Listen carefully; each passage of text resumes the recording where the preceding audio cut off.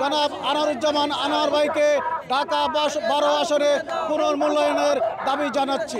ঢাকা 12 আসনে সবচাইতে জনপ্রিয় নেতা এবং পরিচ্ছন্ন রাজনীতিবিদ আমরা আনোয়ার ভাইকে পুনর্মূল্যায়ন করার জন্য বিএনপির হাইকমান্ডের কাছে জোর দাবি জানাচ্ছি। জনাব তারেক রহমান স্যারের কাছে আমাদের এই আবেদন, আমরা ঢাকা 12 আসনে পূর্ণ বিবেচনাপূর্বক আমরা আনোয়ার ভাইকে চাই এমপি হিসাবে।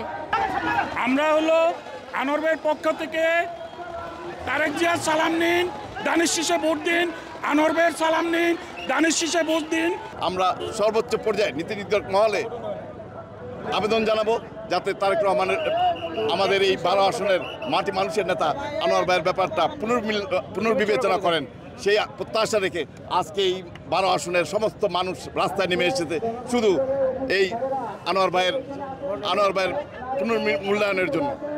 টানা তৃতীয়বার অর্জন করেছে দেশের সেরা সুপার ব্র্যান্ড স্বীকৃতি বসুন্ধরা টিস্যু।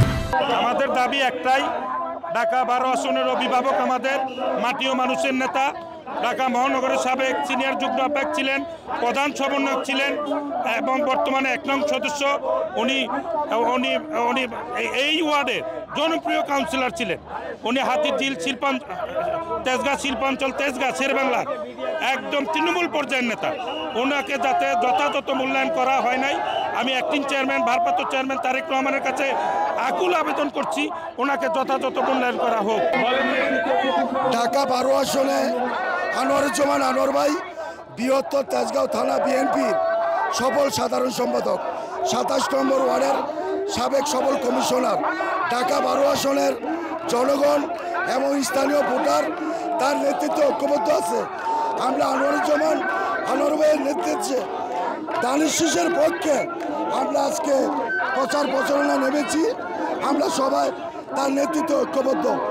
উনার হাজার হাজার নেতা কর্মী উনার পিছিয়ে আছে, লক্ষ লক্ষ নেতা কর্মীর কোনো অভাব নাই, সবার ঘরে ঘরে উনি যান। উনাকে আমরা এই আসনে দেখতে চাই।